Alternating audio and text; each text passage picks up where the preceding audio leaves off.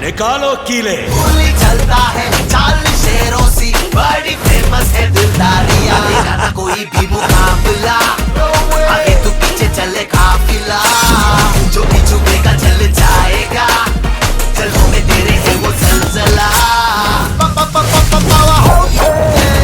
सब लेते blessings तेरे पाँव से।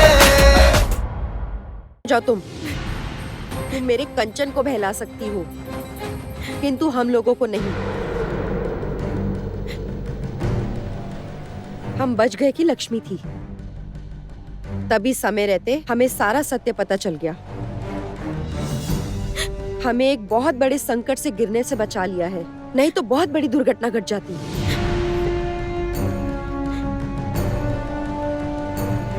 महाराज, आप इसके लिए एक उचित निर्णय लीजिए। हमारे राज्य में ऐसे अपराध की एक ही सजा है,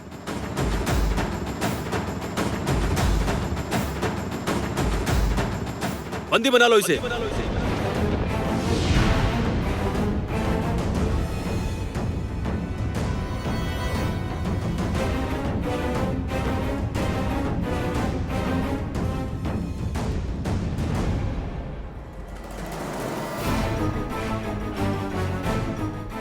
ठहरो।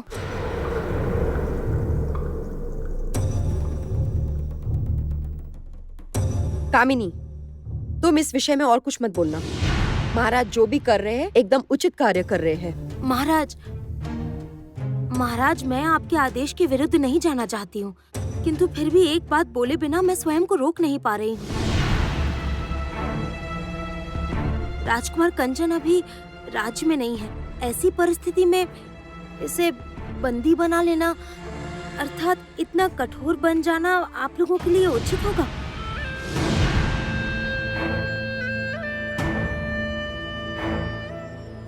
रानी माँ आप एक बार विचार करके देखिए, राजकुमार कंचन इसे पसंद करते हैं तभी तो वो इसे यहाँ पर लाए हैं।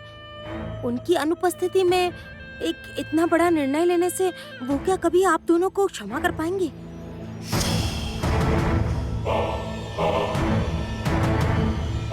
तुम क्या बोलना चाहती हो कामिनी? तुम चाहती हो कि हम चुपचाप मान लें? नहीं, मैं ऐसा बिल्कुल भी नहीं कह रही हूँ। मैं तो बस थोड़ा समय मांग रही हूँ, आज रात्रि भर का समय दीजिए। मैं आपको वचन देती हूँ, मैं कल सुबह होते ही इस कन्या को स्वयं जाकर इसके गांव में छोड़ कर आऊंगी, किंतु बस आज रात्रि भर का समय दे दीजिए आप मुझे। उसी बंदी मत बनाइएगा, आज रात्रि भर के लिए अतिथिशाला में रहने दीजिए। किंतु माँ, बड़े बात कर रहे हैं ना, बीच में कुछ भी नहीं बोलोगी तुम। ठीक है, आज के लिए तुम्हारी बात मान लेता हूँ कामिनी, किंतु कल मैं इस कन्या का मुख किसी भी हाल में नहीं देखना चाहता हूँ। यह स्मरण रहे। ऐसा ही होगा महाराज, ऐसा ही होगा।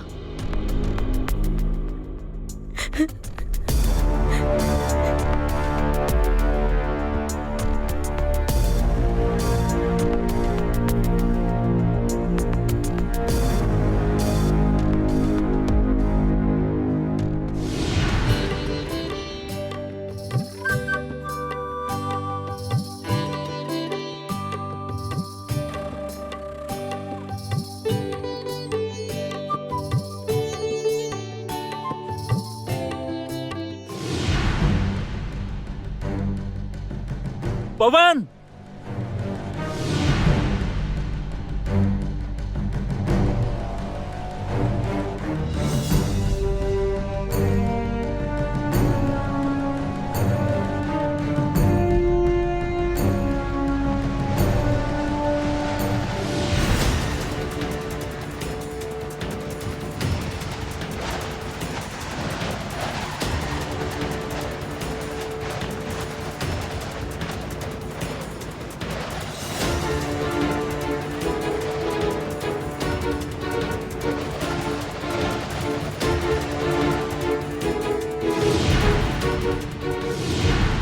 ज्योत्सना ने ये मुझे फूल दिए थे और ये इस तरह नष्ट हो गए।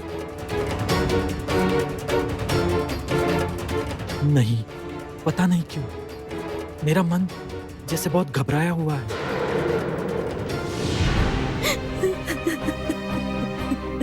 रो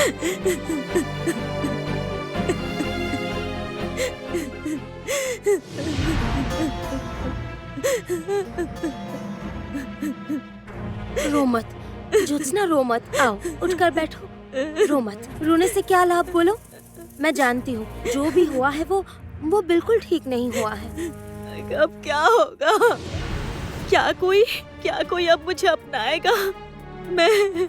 मैं राजकुमार के सामने कैसे अपना मुंह दिखाऊंगी?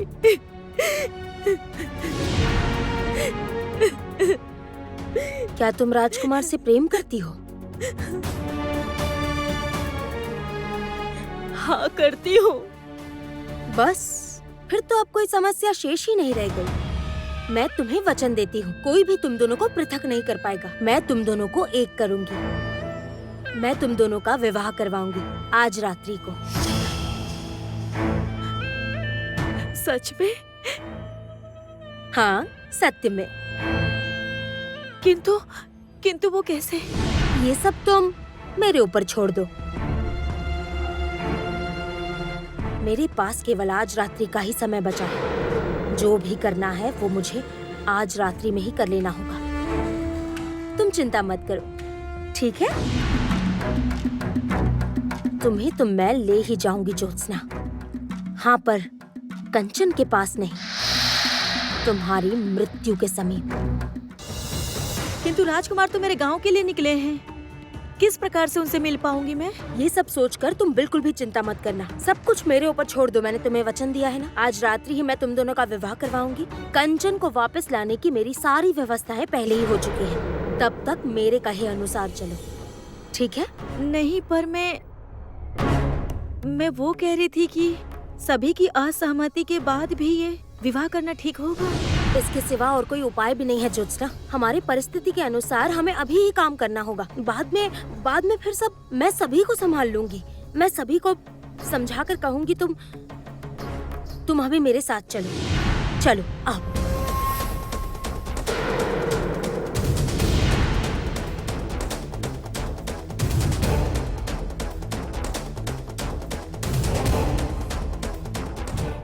पता नहीं माँ को मुझसे क्या शत्रुता हो गई है, क्यों बार बार मेरे पद के बीच में आकर खड़ी हो जाती हैं। आप ही बताइए भैया, महाराज तो ज्योत्सना को बंदी बनाकर उचित ही कर रहे थे ना? नहीं नहीं लक्ष्मी, नहीं।